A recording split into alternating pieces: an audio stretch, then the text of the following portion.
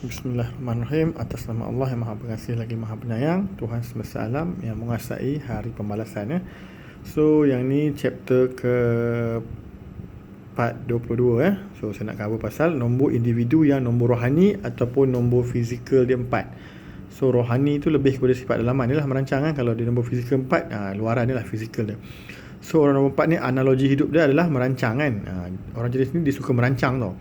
Dia akan merancang walaupun benda tu jadi ke tak jadi kan, bukan persoalan dia. Yang penting sebelum nak buat apa dia akan merancang. Dan perancangan dia biasanya teliti lah. So orang macam ni jenis berkemahiran tinggi lah kan. And then dia bijak. So orang ni jenis orang berilmu kan. Loading ilmu cepat tangkap. So orang jenis ni kan tak mudah give up, tak mudah putus asa kan. Memang fighter lah cerita dia. And then dia sukar simpan wang. Ni masalah nombor 4 ni kan. Dia suka. So nombor 4 ni elok cari pasangan yang nombor 6 kan. Nombor 6 dia pandai kawal wang. So dia suka simpan wang kan. So perhubungan dia mudah rapuh. Suka simpan wang ni mungkinlah boros ke apa kan. Ataupun dia suka menderma ke apa kan. Dia memang duit tak lekat sangat lah dengan dia kan. Nombor 4 ni dia mungkin pandai cari duit kan, tapi kebocoran banyak berlaku kan. So perhubungan dia mudah putus kan. Kena tengok, kena muhasabah apa dia karakter dalaman dia yang menyebabkan dia lah. Sebab dia terlampau merancang sangat kan kadang-kadang kan, untuk kerja ke apa kan, sampai dia mungkin abaikan pasangan dia kan. So memang ciri-ciri ni kuat lah kan. And then nombor 4 ni kan, dia seorang yang romantik. Sebab dalam hati dia ada taman. Orang macam ni kan, bila sebut romantik, bolehlah layan cerita Hindustan ke apa kan. Jenis orang ni berjiwang, boleh buat puisi ke mana. Memang orang jenis nombor 4 ni. And then sebabkan dia dalam hati taman kan, sepatutnya juga dia juga cepat sensitif. Dia cepat terasa tau. Kalau kata-kata orang tu kan yang lebih kurang sikit je kan, dia cepat terasa. Padahal mungkin tak ada apa pun kan, tapi bagi dia tu dia ambil berat lah. Dia ambil dalam kan. Dia ambil kisah. So nombor 4 ni kan adalah unsur kayu kan. Bila saya sebut unsur kayu ni, maksudnya jiwa dia suka pada dia peka pada alam sekitar lah. So orang macam ni dia ending dia biasanya suka duduk dekat rumah yang macam hutan, kayu-kayu, macam konsep Bali. Kan unsur kayu. So kita tengok nota tambahan saya kan. So ini dah cover untuk nota ni.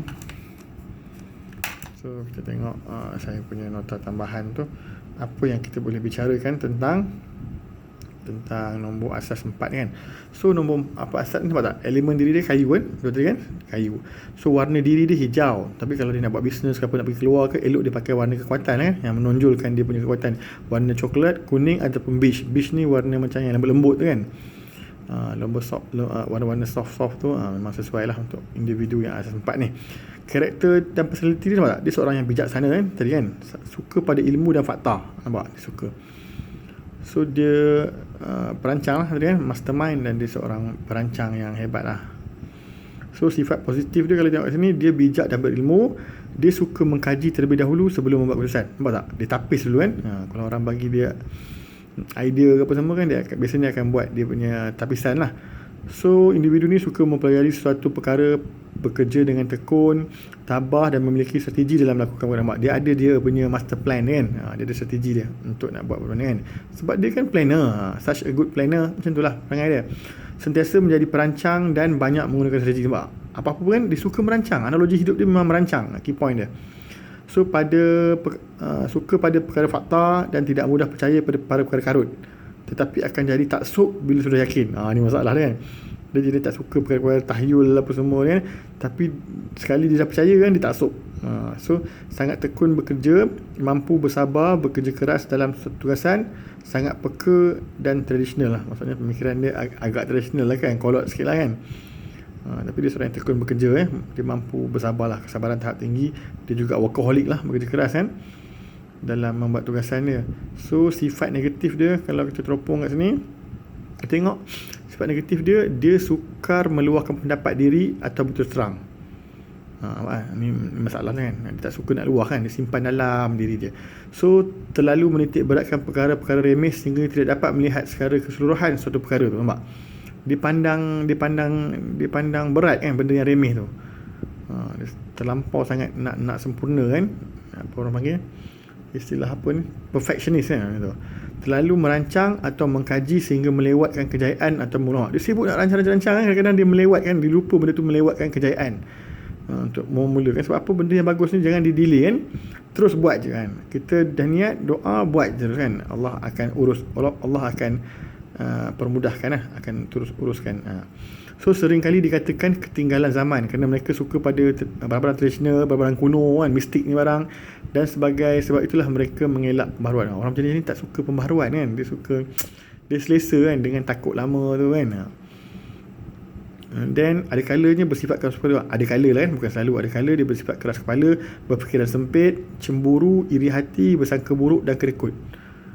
So perlu diubah perkara-perkara ni. Dia tengok kelemahan dia. So tips untuk menghadapi individu nombor 4 ni, apa kita boleh buat kalau nak ni kan, nak handle dia. Perlukan melakukan kajian dan pelaksanaan secara berfasa peringkat. Nampak tak? So nak buat kajian ke apa kan, dia kena buat berperingkat lah supaya lebih sistematik, teratur.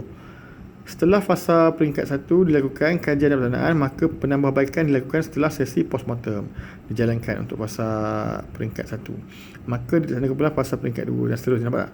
Cerita dia macam suruh dia buat kerja berfasa-fasa lah kan, tak nak bagi dia susah.